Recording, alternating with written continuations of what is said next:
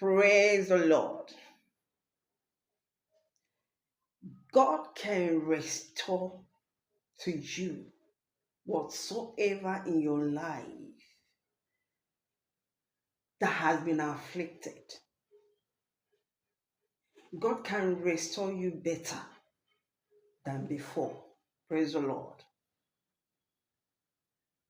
The book of Joel, chapter 2, verse 25, the Lord said, I will restore unto you the years the locust has eaten, and the cankerworm, and the caterpillar, and the palmer worm, my great army which I sent among you. Praise the Lord.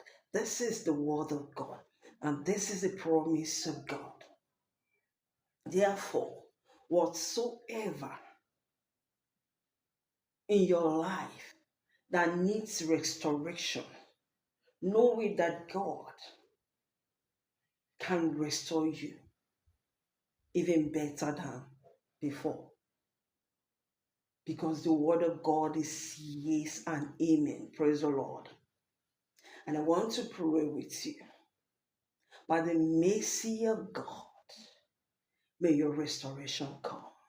May God restore you in any area of your life that needs restoration.